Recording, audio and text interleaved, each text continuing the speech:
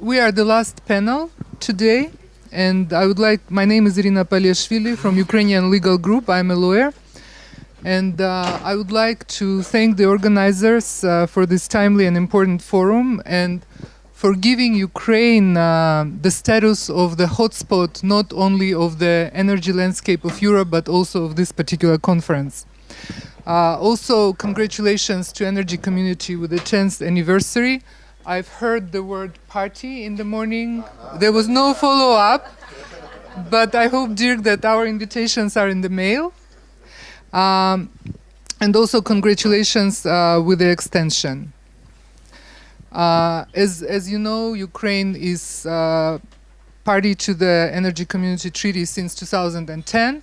And Ukraine quite clearly announced that it wants to join the Energy Union as well. I would like to introduce the panel. The first two speakers who will share a presentation is Vsevolod Chentsov from the Ukrainian Foreign Ministry, who is in charge of European Union cooperation in general, and Walter Tretton, who is representative of EU delegation in Ukraine. So they will share the topic and speak on the year of extensive diplomacy, but in a broader sense about EU-Ukraine strategy partnership. Walter Boltz will offer some solutions how to bring European Union and Ukraine closer in the energy sector. And our last speaker will be Andrey Belyy from the University of Tartu, and he will discuss the correlation between political aspects and economic logic in the European energy landscape. Today morning, Mr. Schmidt von Zudov said that Ukraine crisis will help to push energy union forward. Indeed, this geopolitical crisis, which focuses on Ukraine and is going on already for more than a year, it has many aspects. One of them is energy, and it exposed the whole range of problems, which before were either Ukraine's internal problems or the cross-border problems between Ukraine and Russia. Now there is no such thing anymore as internal problems of Ukraine. All our internal problems are now the problems of our neighboring regions and the problems of EU as well, and the problems of pan-European space. When we will be talking about the current situation in Ukraine, I wanted just very briefly to run through the latest news. And some of them are encouraging and positive. And first of all, as you probably have heard, the IMF approved the new lending program for Ukraine, more than $17 billion. And immediately after that, the first tranche was already provided. It's about $5 billion. And IMF had some strings attached, some conditionalities, including in the energy sector.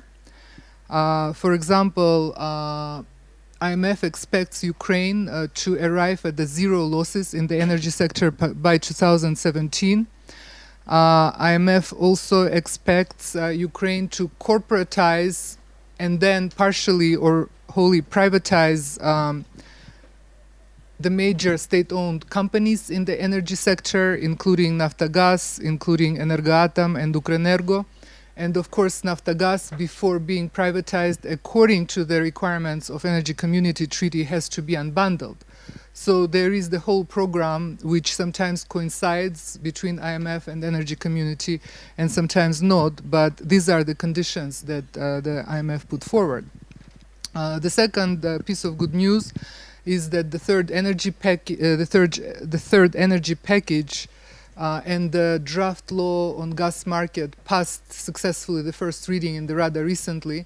And here we would like to thank Dirk for being extremely active in helping Ukrainian government and all Ukrainian agencies to draft the compliant draft law. Thank you.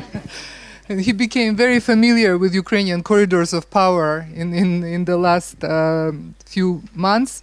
But the success is here. There is the first reading, and I think this draft is on the fast track to be adopted as the law.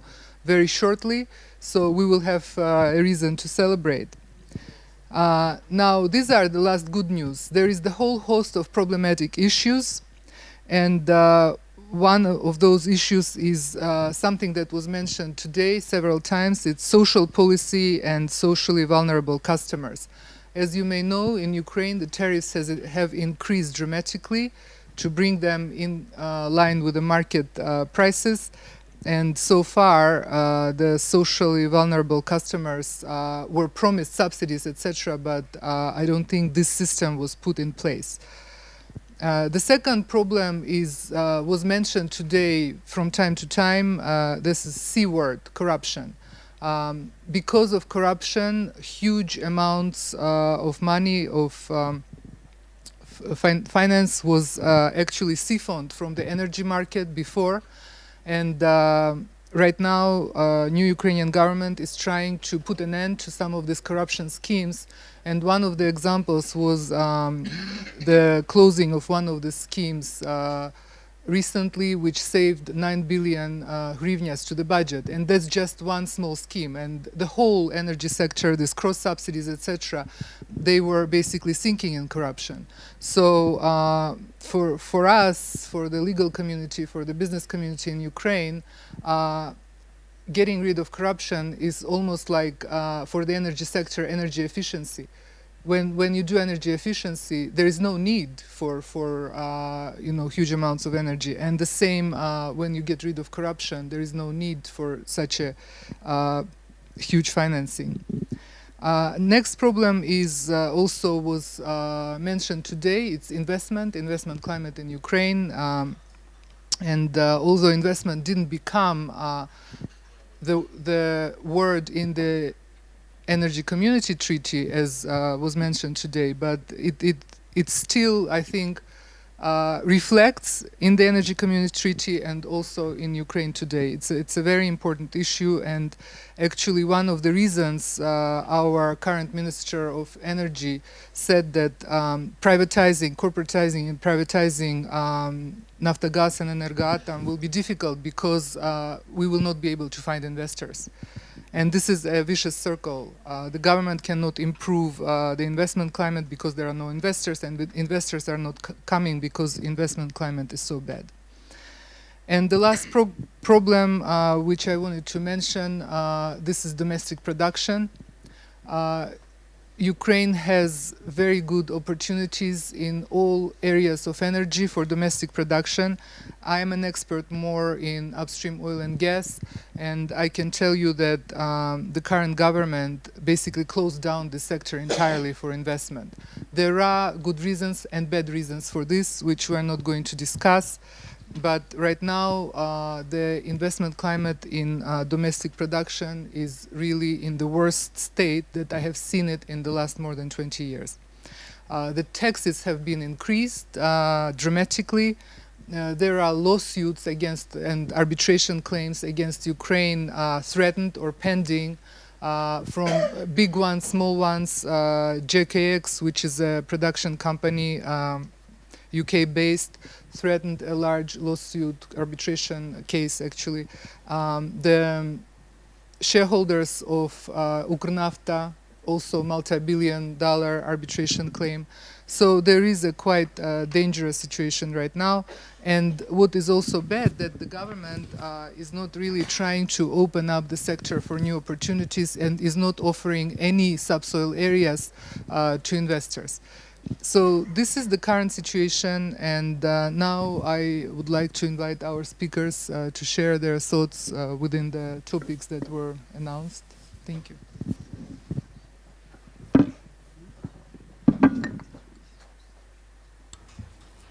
Thank you very much, Irina, and many thanks for inviting me.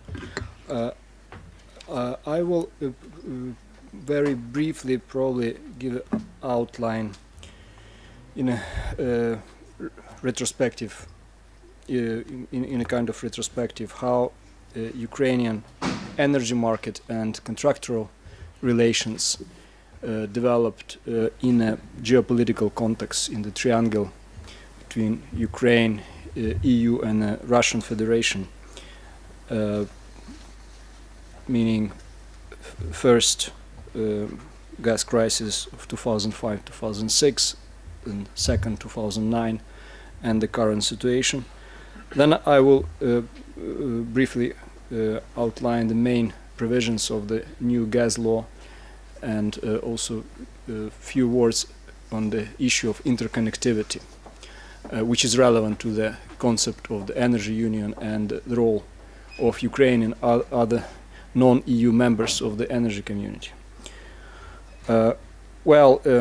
Geopolitical context, but before first crisis 2005-2006, relations between Ukraine and Russia in the gas field were regulated by the intergovernmental agreement, and every year we used to sign an annual protocol which fixed the price. And this situation changed after the Orange Revolution. That was a kind of revenge of the Russian Federation, and this system was challenged. As a result, notorious solution with Rusokr Energo came up. As a result of such a solution, the system of distribution of income of the gas sales in the EU also changed. The price for Ukraine rise from $50, which was not market price, definitely, to 95. That was the first very speed increase. Also, what was the novelty that we managed to decouple two issues, supply and transit, within the two separate contracts. That was the first step into the right direction. Second crisis, 2009, was also politically motivated, but it was a kind of preemptive strike by the Russian Federation before the change of government of Ukraine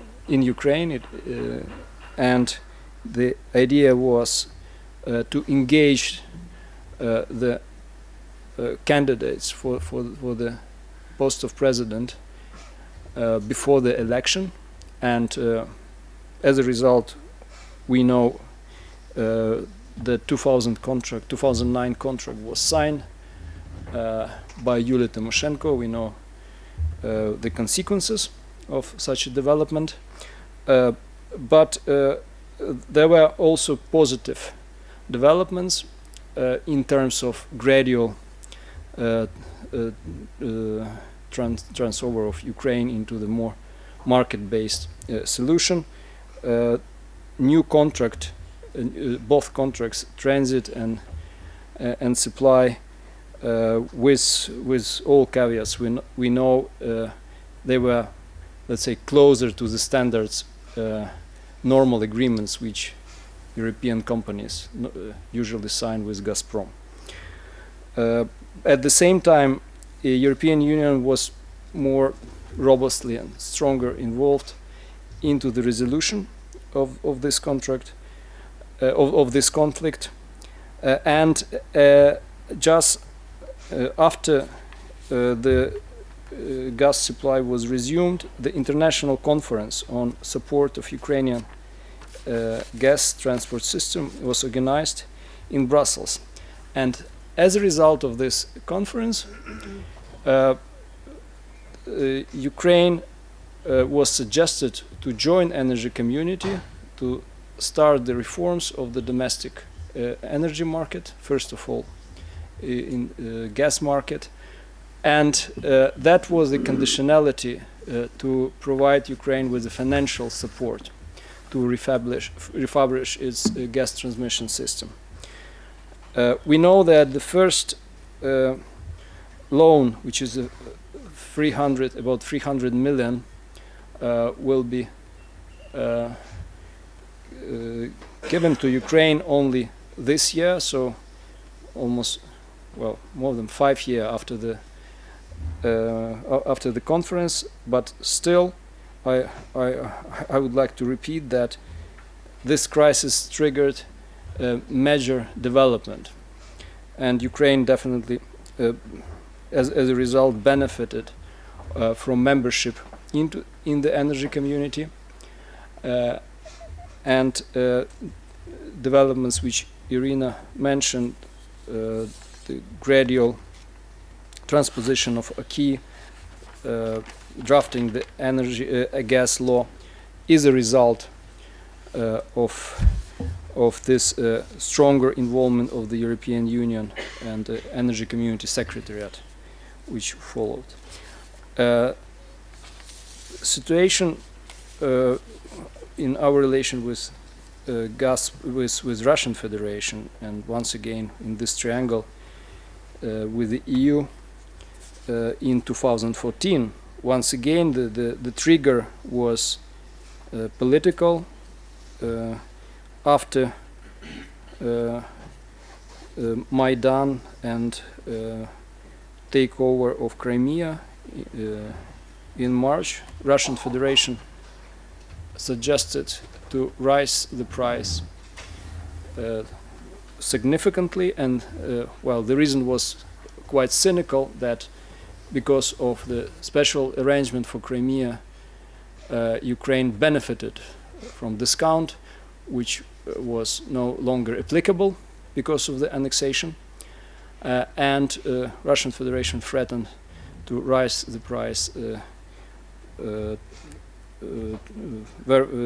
to $385. As a EU in this time reacted properly, so the trilateral talks were launched and produced so-called winter package.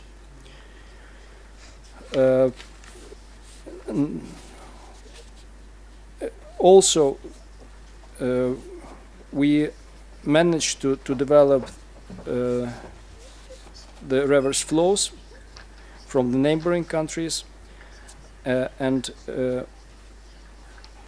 such a combination, the stronger EU involvement, the possibility to import gas from the EU was, in my opinion, the strongest argument from our side, and it was a kind of stopper for the Russian Federation to provoke a full-fledged crisis last winter. So the situation on the market, also the very low probability that such a crisis could help help Russian Federation to push the new bypass project South Stream was the major factor which helped to avoid the crisis. On the gas law, very quickly, which already was mentioned, what are the main features? The full price deregulation, introduction, and the first time in the Ukrainian history, this EU concept, which Mr. Kopach mentioned, public service obligations, which is to provide the state with the possibility to intervene and to allow to bring current prices to the cost-reflective level. EU unbundling standards, including ownership unbundling model and the ICO model as a choice for the gas transmission system operator, and third-party access to all gas infrastructure. So we gradually would move from the previous concept of so-called unified gas transport system to the modern and based on the EU acquis system, where each operator also deal with a given sector, or whether it's transmission system or distribution or gas storage. I have 1 minute probably on the interconnectivity. I will show you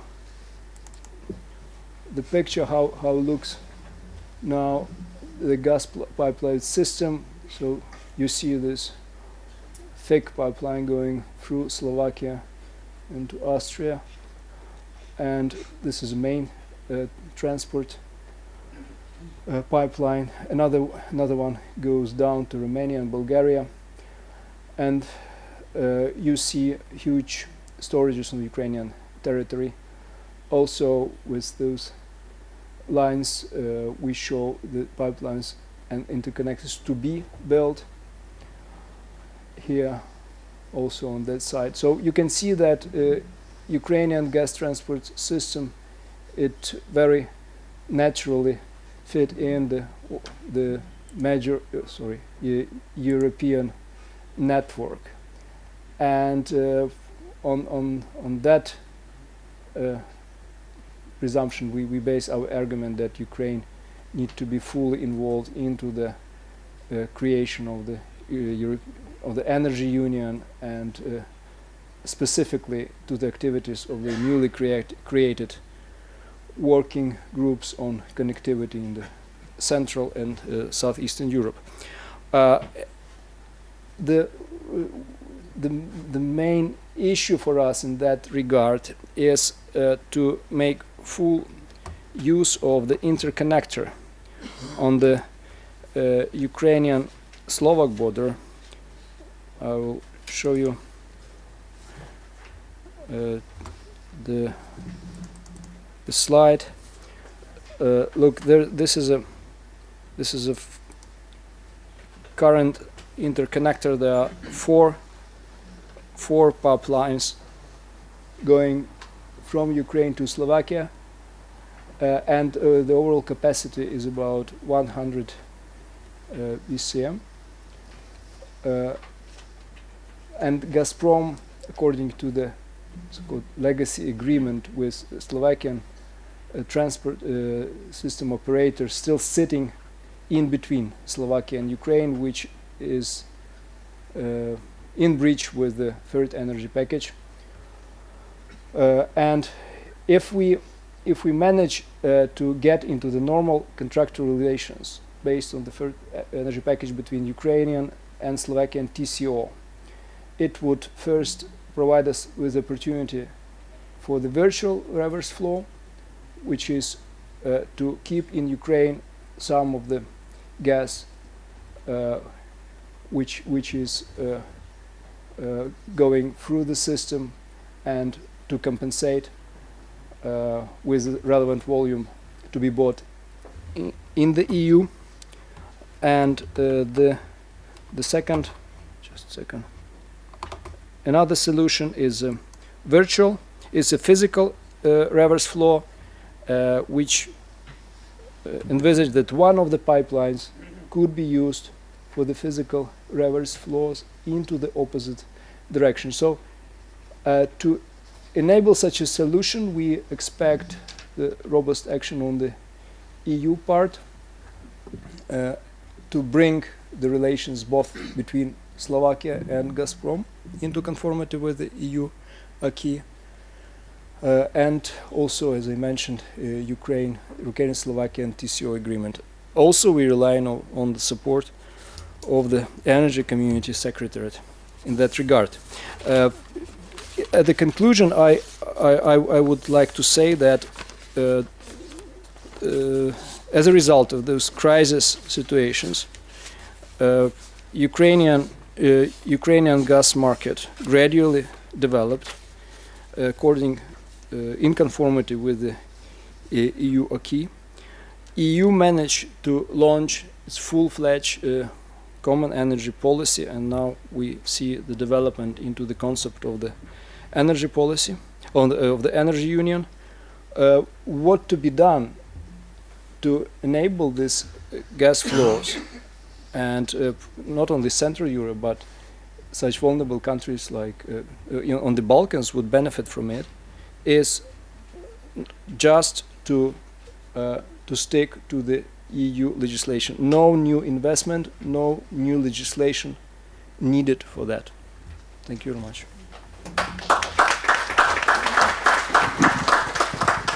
Thank you very much, Vsevolod, and I very much like the positive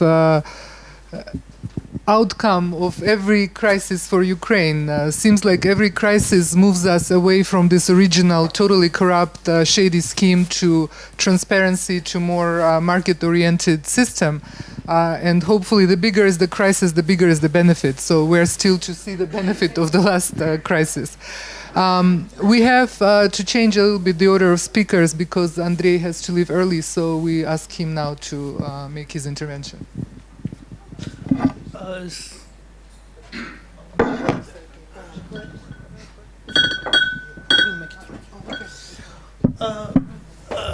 Thank you, and indeed it's an interesting point to basically highlight the importance of Ukrainian crisis, or more correctly said, a crisis surrounding Ukraine. Indeed, there are some changes which we have observed, but we need also to see some critical changes which occur not only in Ukraine, right? Because, I mean, we are talking about a crisis which surrounds Ukraine, so it's not only about Ukraine. And even if we look at the last gas crisis, the latest gas crisis is extremely different from the ones which were before, because it's entirely related to the territorial dispute between Russia and Ukraine about Crimea and related Kharkiv agreements. So it becomes much more difficult to resolve than the crisis which occurred in 2009 and in 2006. Because in 2009 and 2006, whatever you would think, there were to more or lesser extent logistical crises. In 2014, we have the gas crisis which stems out of the political controversy and the political dispute, including the territorial dispute between Russia and Ukraine. Then another thing which we observe is a total marginalization of the energy charter, with even some negative effects. Indeed, there was a positive role of the European Union institutions, especially the European Commission, on mediation between Russia and Ukraine. But note, no of the EU representatives actually mentioned or referred to the energy charter. In addition, Ukrainian parliament during the last year, sometime in July, voted a motion on the possibility to cut transit, which is a direct violation actually of the Article 7 of the energy charter. So, fortunately it was not implemented, but still we see discourse which basically aggravates the political dimension of this concrete economic situation. As a result, we also observe that the crisis put the Russian biggest exporter, Gazprom, basically export monopoly Gazprom, into extremely tricky situation, because Gazprom is somehow stuck within the political choices of the Russian Federation, has to swallow the territorial conflict and transfer it, basically attempt to resolve it by itself, having a very bad situation at the political level domestically, not a better situation with Ukraine, and a worsening situation with the European Union.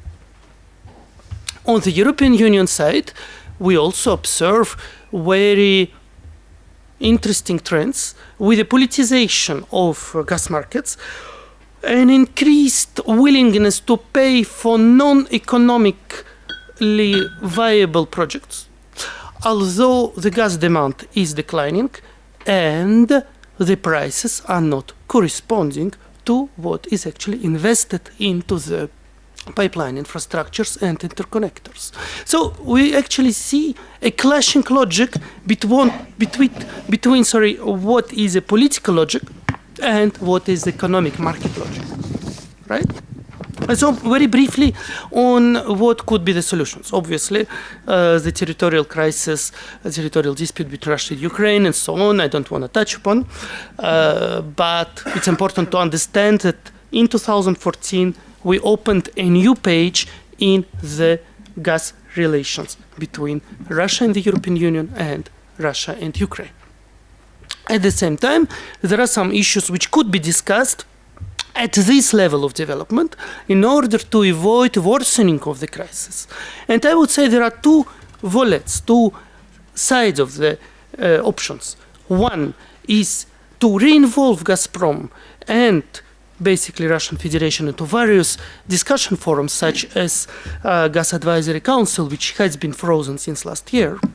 Also, the South Stream story showed that actually intra-European regulatory modes are not always compatible for the new pipeline infrastructures. So these kind of issues should be relaunched on the table. On another hand, it is what actually I often argue in Moscow or with Russian stakeholders, Gazprom should give up on its export monopoly. Because note that other sectors of Russian energy exports, such as oil and coal, do not produce the same politicization in Europe, mostly because they are not monopolized on the Russian side. So these issues that I invite you to debate, and I thank you very much for your attention. Thank you. And I think this idea of re-involving Gazprom will go very well with solutions that Walter is offering in his presentation.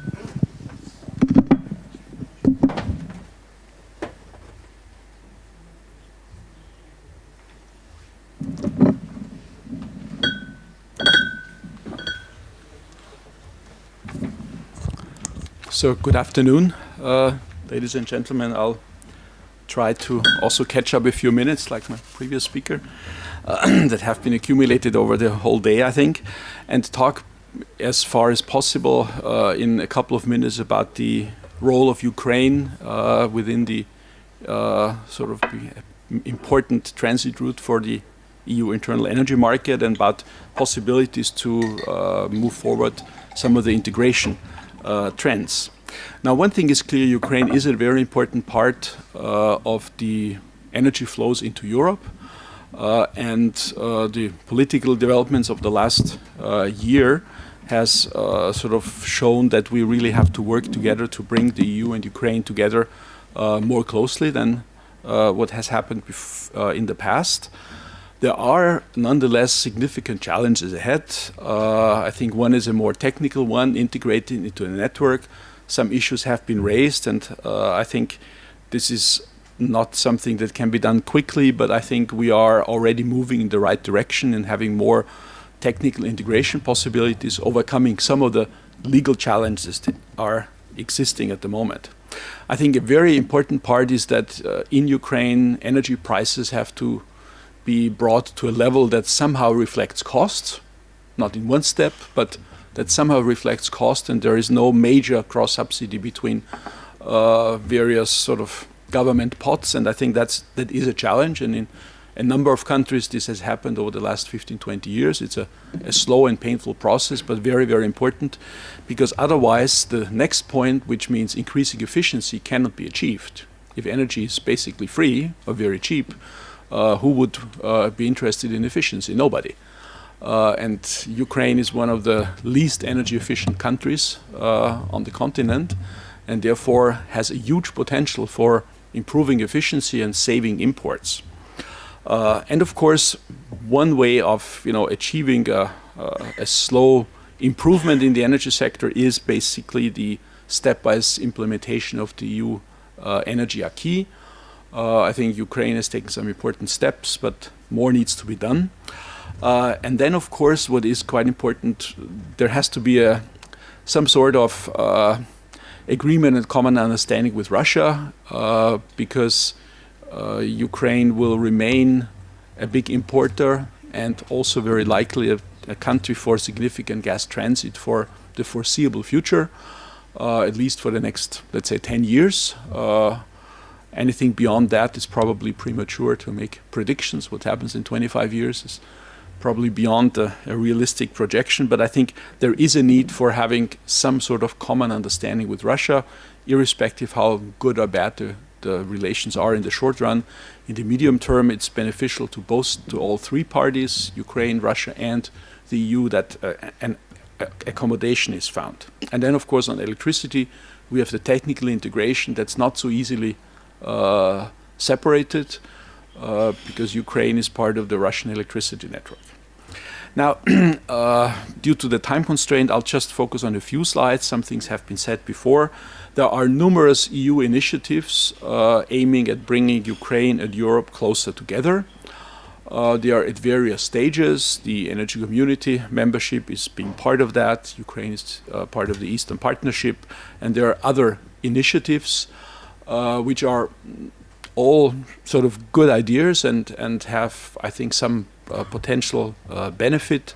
I think what we need to do is we need to make sure, and that we means the EU and the Ukraine, that more and more is actually delivered, because some of those agreements are basically paperware and not so much concrete implementation. And I think really looking at the practical aspects, the practical implementations will help. And if Ukraine is in the long run looking towards some closer association with the EU on commercial terms, maybe in many years in the future also membership, I think the sooner major parts of the acquis are implemented and in practice implemented, I think the better. What we have managed in 2014 is to allow and manage a certain volume of import of gas from the West, from Europe into Ukraine. It wasn't easy, and this issue of the transit or the control of the transit flows and reverse flow capacities on the Slovak-Ukrainian border in Velké Kapušany is one challenge. There are also other challenges. The Ukrainian transport system has been built to deliver with some time delay gas to Europe, corresponding to the seasonal need of Europe, but with an input into the system at a relatively constant level over all of the year. So basically gas flows at a quite constant level into Ukraine, is stored there partially, and in winter when the demand in Europe is higher, more is exported from Ukraine to Europe than imported into Ukraine from Russia for 2 or 3 months. Now this was part of the old Soviet transportation system, and to sort of take that apart and say, okay, how much is transport, how much is storage, how much of the revenue of the Ukrainian transport system goes into storage, into transport, was a big challenge in 2009 and subsequently, and has been the cause of many disputes on top of the more political strains, also sorting out those different types of services being provided by the Ukrainian transport system for Russia and Europe was not so easy. But we have managed a certain amount of import from Europe through Slovakia, Poland, Hungary into Ukraine, and there is a big potential to increase that. Practically, Ukraine could import all its gas needs from Europe. So that there are no technical restrictions right now, there are only contractual restrictions. And the necessary investments on the technical side would be quite limited. We need to work on removing some of the legal obstacles.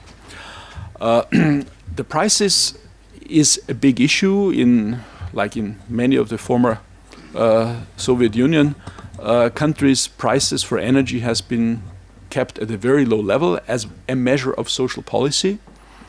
And what is necessary and what has been achieved in, the Czech Republic and Hungary and so on, is to separate that, have a proper social security system for the truly poor people, and raise prices to a level somewhat reflective of cost. It takes a few years to do that, but it is possible, and it has the added benefit of making people more conscious of energy needs and the value of energy, and helps them to start saving energy and behave more efficiently. There is a huge potential. I mean, if Ukraine would be as efficient as Europe, there would be no need for Russian gas imports.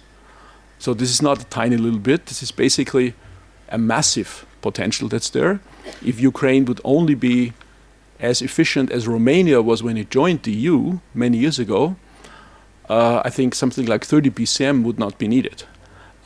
So we are talking about a huge potential for energy efficiency and basically saving money, foreign currency, hard currency, by reducing consumption. Now we all know in Europe that efficiency improvements are a pretty hard nut to crack. We have tried many measures in Europe and the progress is rather slow. But when you have a highly inefficient system, probably in the first instance, more can be done. Now, complying with EU legislation is challenging, and I think we have to have some sympathy with Ukraine because we see that many EU countries, some members since many years, also found it very challenging to implement the third package. Not for sort of fun, the Commission is running, I don't know, 16 or 17 infringement cases against EU members for non-implementation of the energy acquis, the third package. So I think a little patience and some time, some assistance is necessary. It is a very massive change in the whole setup of an energy sector and also in the kind of the political framework. Basically, the third package takes away most of the powers from government. And that's hard to swallow for the government.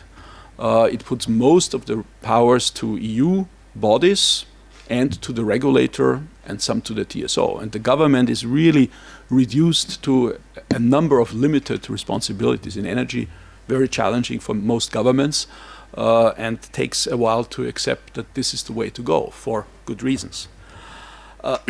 Now, I think when talking about the relations with Russia, one has to be aware that Russian gas will be the cheapest source of gas for Europe for probably the next 15 years at least. Given the already sunk investment cost in transportation and production, nobody will be able to deliver gas cheaper to Europe than Russia. Norway has the offshore fields, which are much more capital intensive than anything. North Africa, we all know the political problems. Shale gas in Europe is challenging and will be also very capital intensive. So the cheapest source of gas is Russia. What we do need, and I think that applies to Ukraine just as Europe, we need to assure there's optionality. We need to assure that every country, every region has the option of buying Russian gas and will probably happily buy it because it's cheap, but it has other options as well, buying gas from somewhere else. If for whatever reason it's either too expensive or there are too many political conditions applied to the supply of gas. And the same, I think, should be of Ukraine. And I think if we are able to unlock the reverse flow capacity and have some rather limited improvements in gas transportation in Europe, I think Ukraine could very easily also have the option of buying a significant part of the gas in Europe, from Northern Europe, Southern Europe, from North Africa, as an alternative to Russian gas. And I think then, from a purely commercial point of view, probably a lot of gas will come from Russia, because once there is optionality, prices drop. I mean, you have seen the pipeline situation. Maybe at the very end, a few words about electricity. I think making Ukraine independent of the Russian electricity sector is probably even more difficult than on the gas side.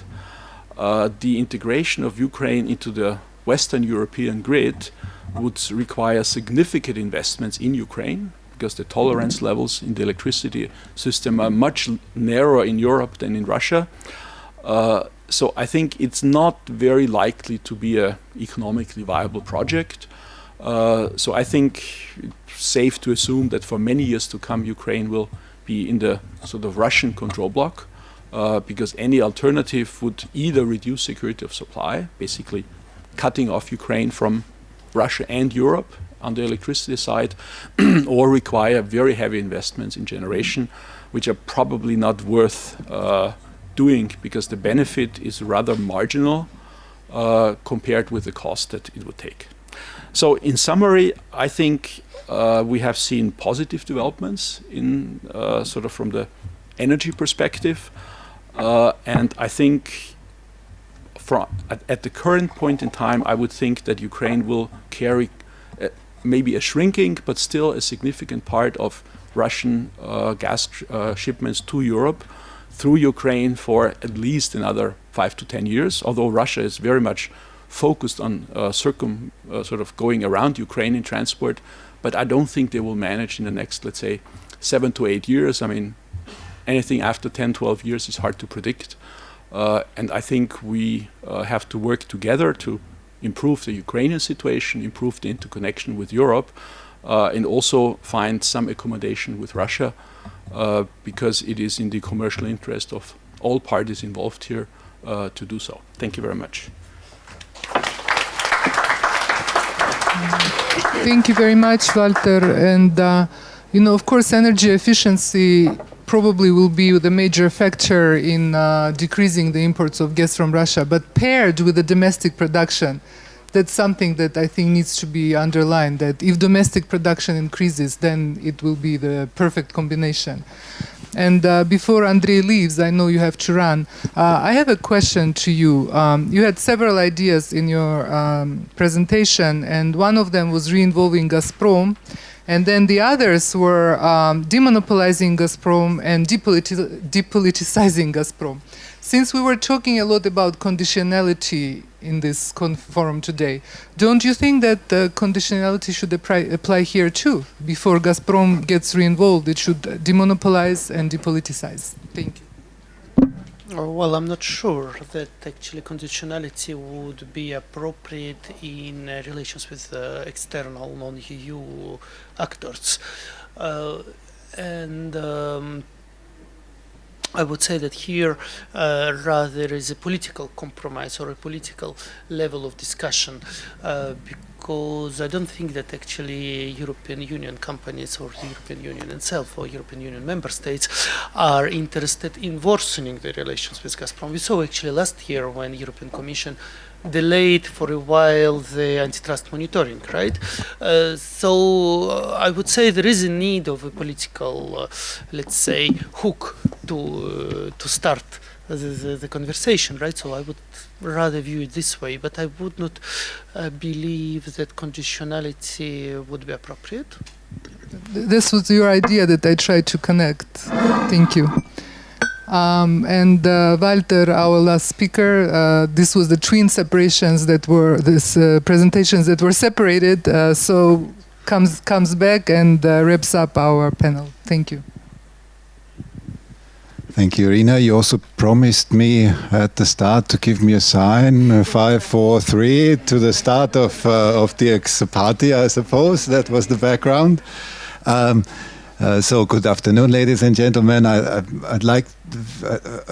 tried to take up some of the strands that were, and some of the chords that were struck by my previous speakers. The title of my intervention was called, is called, an intensive year for energy diplomacy. I think that's one of these euphemisms that exist. It was a hell of an intensive year for energy diplomacy, at least as regards Ukraine, EU, and Russia as well.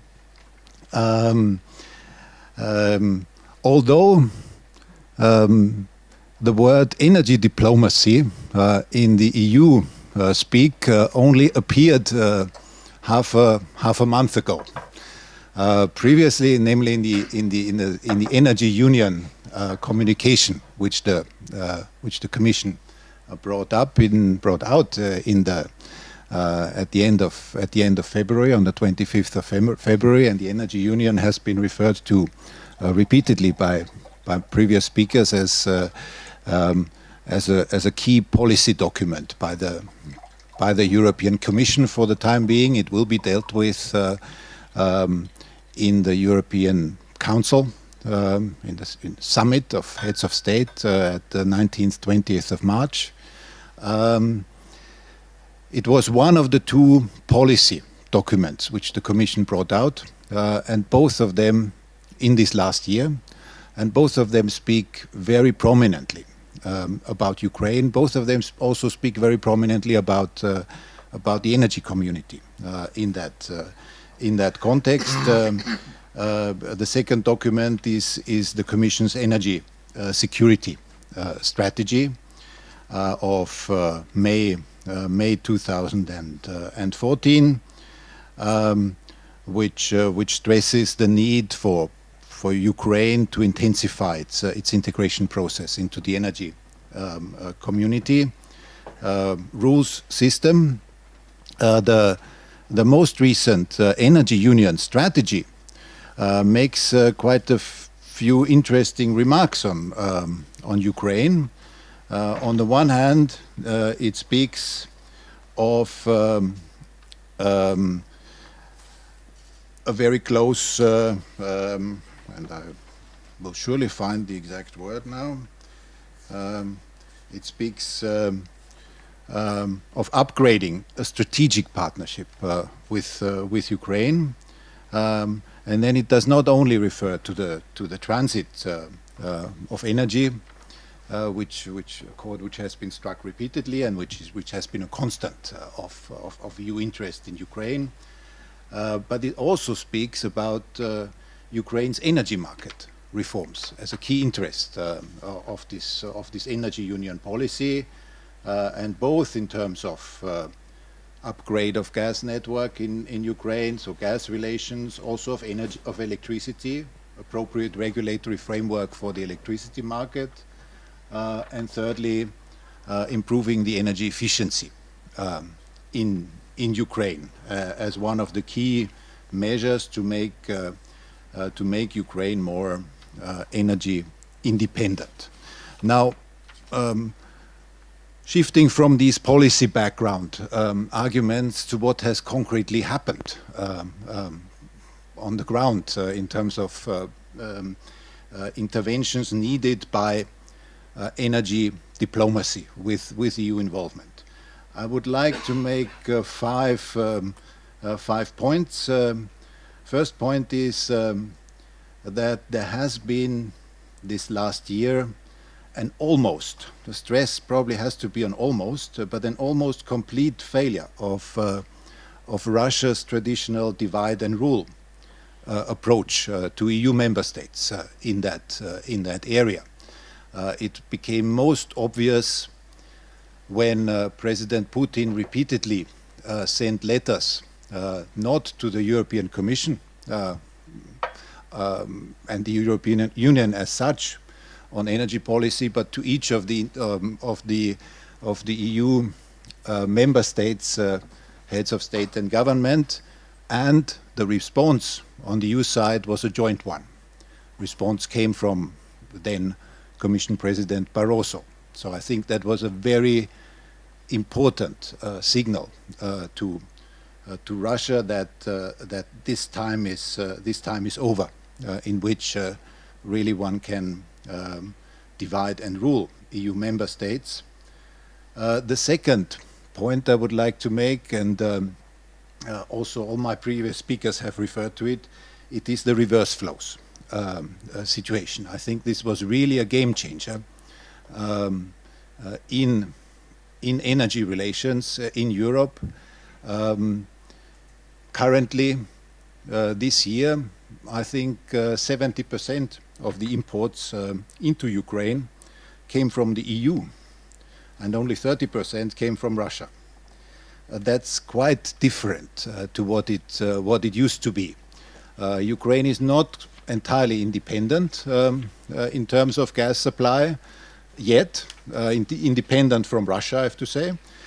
But the dependence has significantly decreased. And as Mr. Boltz has said, in technical terms and in regulatory terms, as Mr. Chentsov has said, actually there should not be an obstacle to further increasing this reverse flow capacity, which is still done on a physical reverse flow basis, whereas inside the EU, the virtual reverse flow is actually the standard by now. So that was the second remark.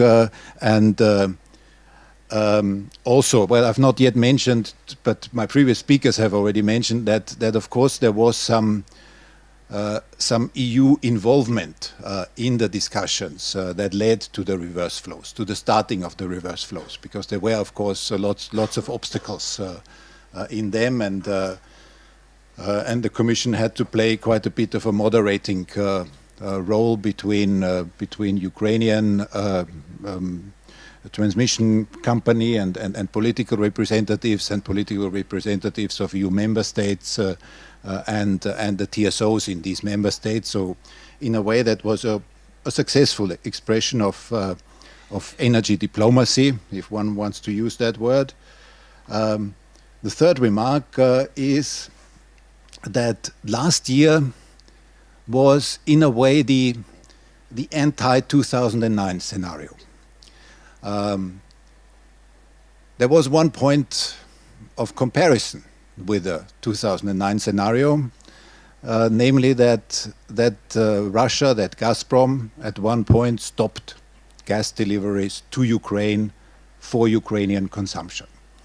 This was in June, after discussions in which the Commission participated, and there was significant worry at that time inside the EU, although it did not come in the midwinter, but in midsummer, which certainly eased the situation. But there was nevertheless significant worry that either immediately or at one point afterwards there would be a disruption of transit flows to EU. That Russia would seek some excuse, so there would be some technical problems, whatever. It did not happen. It did not happen until now, even though 2 weeks ago, or 1 week ago even only, there was suddenly an increase by almost 100% in Russian requests for transit to Ukraine, at a situation, Walter, where Ukrainian storages are already quite low. So that's a point I would actually have a bit of a different emphasis than you on. The Ukrainian storages are very important for the seasonal supply to the EU, but not in a way that actually gas is taken out that does not come in. It's just that the storages replace the need to transport the gas inside Ukraine, because of course the demand is there also in the east of Ukraine, and in the west there are storages, so the gas is taken out to go to the EU. There is no Gazprom gas inside the storages, and it's also not that Naftogaz or some other Ukrainian stakeholder would simply sell back the gas to Gazprom.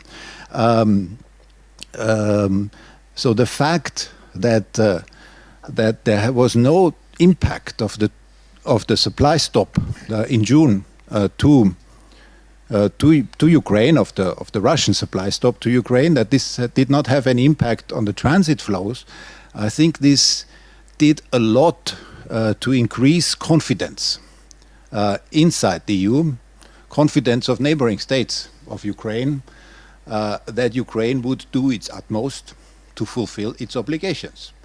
I would hope that in a bit of a more mid-term perspective, this perspective is also taken by Gazprom, that Ukraine actually is a very reliable provider of transit services. So in that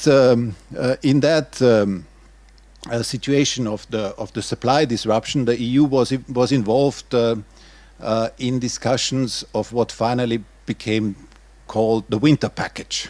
It was still in summer or late spring, but these discussions and negotiations had to continue throughout the year, and it was only in very late autumn, at the end of October, that an agreement could be achieved between Russia and Ukraine, between the gas companies and with EU, in particular Commission mediation, and that agreement led to the so-called winter package. Which would in itself merit to be discussed long, but I'm afraid that the 5, 4, 3, 2, 1 rule does not allow me to do that. But it was really a breakthrough at a very difficult time, that Ukraine and Russia agree on something, and that this holds until the end of the period. Quite some challenges recently, I admit, and everyone admits. But this hiccup, let's call it, a few weeks ago, when there was a doubt whether Gazprom would fully stick to its obligations to deliver the prepaid gas to Ukraine, but the Commission and now it's Vice President Shevchovich, they immediately stepped in and called for discussions in Brussels, and afterwards, well, I would not say it's completely resolved, but it's at least de-dramatized this particular situation. So also there a certain role for energy diplomacy. And winter is coming to the end, and I'm coming to the next and the fifth point of the role of energy diplomacy. Of course, there will be a role when it comes to the spring and summer package negotiations, to which actually both sides have been called already for next week on the 20th of March to Brussels, in order to start discussions what will happen after the end of the so-called winter package at the end of March. Is there any possibility to come to an agreement on conditions of supply for gas from Russia to Ukraine? So that's the end of my remarks on energy diplomacy. I would, as a very last point, want to stress our focus on the EU focus in relations to Ukraine should not underestimate the very, very high challenge that the current situation constitutes for Ukraine. I think Ukraine will be the country this year with the biggest change in its energy markets all over the world. I think there is no other country where there will be a 300 to 600% gas price increase, where there will be, as Irina, you have mentioned at the start, the challenge for the social protection system. There's one point where I would say that a bit of a different emphasis. The social protection system is in place. In Ukraine, it has to be adapted. There are provisions in the budget for social transfers, and it will nevertheless be a challenge to apply this. It is in place. It's not that something has to be invented. It has to be made administratively a bit lighter, because it will lead to maybe 5 million households asking for support for their energy bill, which is not surprising when you see gas prices up 300 to 600%, electricity prices, I don't know how many percent, but also quite a significant percentage, and heat prices up on top. So I would think that while last year was a very intense year for energy diplomacy, this year may still be an intense one for energy diplomacy, but this year all the focus is on Ukrainian reforms that they are doing. And I must really say that the role of the Energy Community Secretariat in that process is a crucial one. Ukraine needs some orientation of what is right, what is wrong, needs some feedback. The Commission tries to give that. The EU delegation to Ukraine, where I'm working, tries to give that, but the energy community is absolutely essential for giving that. Thank you.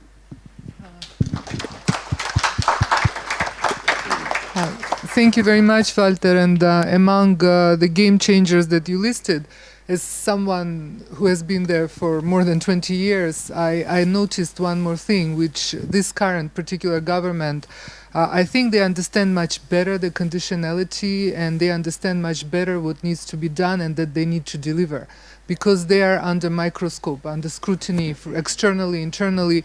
And I think the success that you are having now with the government, it's a very good indicator that all the previous governments, they did everything to escape, everything to, put a smoke screen and somehow avoid the fulfillment of obligations. And this government is trying too sometimes, but ultimately they always deliver. So I think that's a very good sign. And also I have a question for you. When you said that Ukraine showed that it's a very reliable partner in transit, and this is true actually, but how do you evaluate the statements which were made recently that Ukraine wants to increase the transit tariffs by 30%? Pity that our economics professor has left. He could interpret those better. Well, these are negotiations. We all know that there are two arbitration procedures in the arbitration court of Stockholm in Stockholm, and that one arbitration procedure concerns the transit contract, and the transit contract, of course, also defines the gas transport price, transit price. It's also clear that this 2009 transit contract in no way complies with third package rules. So I do understand that Ukraine wants to change that. Thank you very much. And if anybody has questions from the audience, we ran very tight panel, exactly 1 hour, 10 minutes as was assigned to us. So yes, please, Kirill. Thank you. Hello, everyone. My name is Kirill Yermishin. I work for the Ukraine's biggest energy private company, DTEC. I have a question for each of energy diplomats here. One is, and allow me to slightly change, to hit a slightly more skeptical note, and to change this self or rather Ukraine complementary discourse. After all, it's Friday 13, so slightly more worrisome things. A lot of said about energy diplomacy. I'm a former diplomat as well. I understand that it's a combination, diplomacy is a combination of persuasion, incentivization, and pressure. That's basically conditionality, which kept been mentioning at this panel very often. In Norman's lingo, it's stick and carrot. And of course, it's nobody's secret that this spectacular success with third package on gas was a result of such conditionality, because it was not for IMF loan. I think the government would have procrastinated even more with the reform. Compared with the success or upcoming success in gas sector, electricity sector has seen basically no reform at all. And it's, I think, the assessment of the Energy Secretariat as well, that it's close to zero. Don't you think that some sort of application of some kind of conditionality would also speed things up in terms of reform of electricity sector? This is a question to maybe to Vsevolod, and to a question to Walter. Another tricky one is that we all know that when Ukraine has become a member of the community, the deadlines set for the implementation of environmental acquis were, to put it very diplomatically, over-ambitious.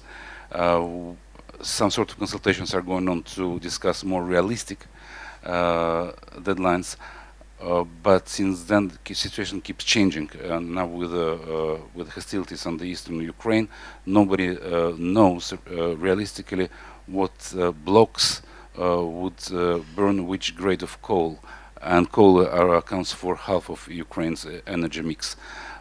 So if the current negotiations, discussions allow to make up for the mistake, let's put it this way, very bluntly, committed when the 2018 deadline was set, don't you envisage that some sort of instrument need to be envisaged, not to renegotiate the current agreements about the realistic deadlines involving business, of course? Thank you. Thank you, Kirill. So conditionality in terms of electricity reform, maybe Walter, because who puts the conditionality? Kirill asked Vsevolod, I can also reply, but well, thank you. I'm definitely not the one to ask to impose conditionalities. Ukraine is already under quite a stress, and Walter mentioned the imminent increase of prices for the households, for electricity as well, and it will already push the government for the follow-up steps for the serious reshuffling in the sector. And another factor, the already announced privatization in this sector. Also, if you want to invite investor, domestic or foreign, to buy the object, so you definitely need to do something with the legislation and the business climate. But I would also suggest here to be probably not to force Ukraine with the too heavy conditionalities, because what happened with in the gas sector, this 2009 conference, very heavy conditionality imposed on the government, and we managed to deliver only in 5 or 6 years. Not only membership in the energy community, but also the increase of for the prices for the households was mentioned there, and we stuck in the process because of the election and other factors. So we need to be really sensible here. Thank you.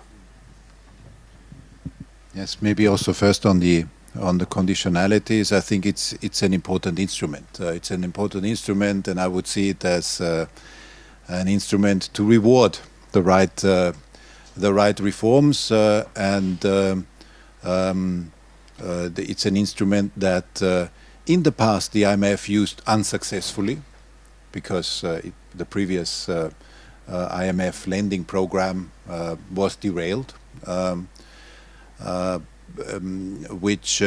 which now is used much more successfully so far, and I think it can really be an important carrot, if you will, for successful implementation of reforms in across the range, not just in the energy area, but in the energy area, gas law, regulators law, electricity law, the energy efficiency laws. Those are certainly among the most important achievements which Ukrainian government, parliament, president have to do this year. And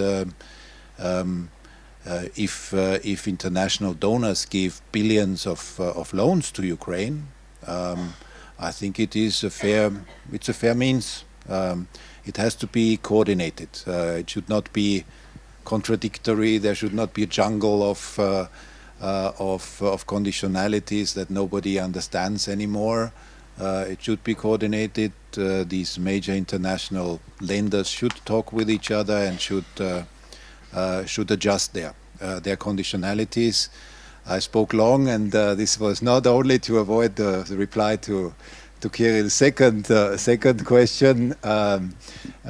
His company, of course, has some problems with respecting the deadline, as you may have guessed, but as the entire electricity sector in Ukraine. Well, I think a process is already underway to make the application of these rules realistic, but that does not mean that they should not be ambitious.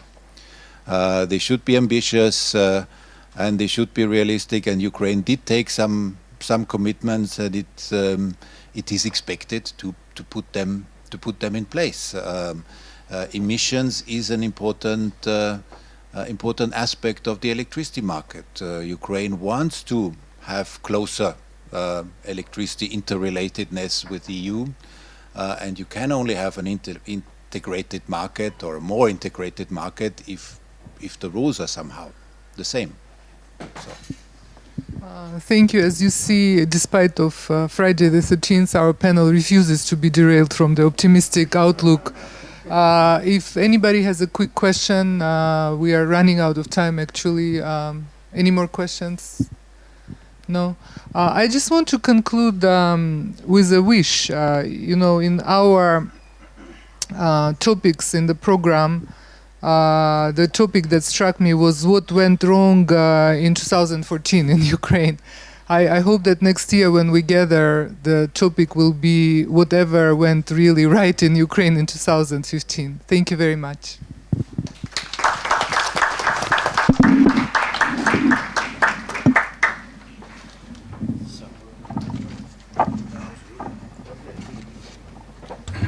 So thank you. So just it's late already. So just a few words of conclusions, if we have time. Yeah. So I think, can you hear me? Huh? So I think it has been a fascinating day. I mean, the breadth of the issues. I mean, we've been from Ukraine, more micro market design issues, and of course the highlights of the day, the energy union. I think the energy union, it's mind-boggling. It's good food for thought, especially if you think about it in the context of the European Union as it is today. And when you read the communication and the fancy 15 action points, it looks tasty. It looks like fine cuisine. It's conceptual. It's appealing, but at the end of the meal, you can stay a little bit hungry. And I think there are two reasons for that. There are two sides of the story. It depends if you are an optimist or if you are a pessimist. So if you feel optimistic, you keep in mind the history of the European Union. And for example, you keep in mind what two officials of the Commission said to Jean-Michel recently in a nice series of interviews. The energy union, it's both a process and a narrative. This is what it is at the end. And the union itself is a process. And in the treaty, we talk about creating an ever closer union. I mean, that's the commitment of member states. And it's not the first time we face difficulties. I mean, back in the 80s, when you had the oil shocks, I mean, the union was stuck. And then we needed a grand master plan.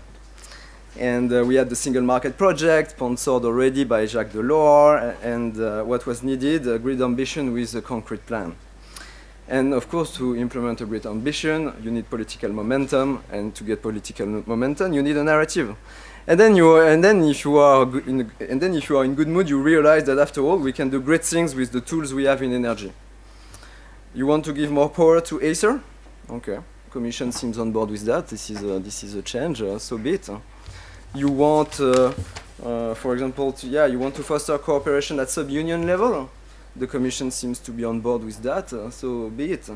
So and you think that there's still a lot of potential, even if we use all competition and internal market tools, which I think are a bit despised, that are despised a bit easily by some commentators. I don't need to remind you that there is an ongoing Gazprom probe at the Commission for abuse of dominance, where the Commission will be able to test the full magnitude of its competition powers with potentially huge repercussions. However, if you are a pessimist, of course, you may see things otherwise. And you ask yourself, the energy union, well, is it really ambitious? Well, this is ambitious only in the sense that it spells out what might be possible to put on the menu, taking into account 20 different guests with different tastes and even allergies. But adding a little bit of spices does not make it nouvelle cuisine. Well, the truth is that, to my mind, frictions among member states are important at the moment. Our East European friends are focusing on security of supply. And then greening the economy cannot be a priority if you don't know if the lights will stay on. Our West European friends, they find that greening the economy is cool, but they don't want to fit the bill. And I want to remind you also what happens with the UK on the nuclear case. The Commission gave the green light, and for the first time in history, maybe another member state is going to oppose. I won't say which member state here. Another member state might be opposing that green light before the court. And it's not the first time only in the history of energy markets. It's the first time in the history of the European Union. And then you start to think in your gloomy, pessimistic mood that energy policy is very much an allegory to the European Union. A never-ending process of adding up layers of rules and complexifying the tools we use, like super fancy auctions and rainbow certificates. And so a lot more rules, but also public inaction in a world that is changing very fast, as we have seen lately at the borders of the European Union. So public inaction, how much time do we need to get a kilometer of infrastructure off the ground compared to China?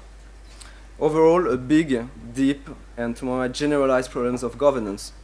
And to be honest, I think in the communication, for example, that was something that was interesting, the few words on that issue. So of course, please do not get me wrong. The institutional machinery of the European Union as a whole is intellectually brilliant, to some fine legal mind to come up with this method and with these institutions, but yet where are the checks and balances? And the truth for me is that the Union is appealing, but heavily undermined by intergovernmentalism. And energy policy is a perfect illustration of that. If you think that what we need first is a true vision, a governance frame, and solidarity, which is a core treaty principle, then you wonder whether a bit of salt and pepper, understand process and narrative, will do the trick. Of course, I can't help but notice that in the first page of the Commission, there is 7 times the word vision, and I'm still failing to find even one. So all in all, what we might need is not just to reshuffle bits and pieces of energy policy. It's for the new generation to rethink the Union method as a whole around concepts such as network and differentiated integration.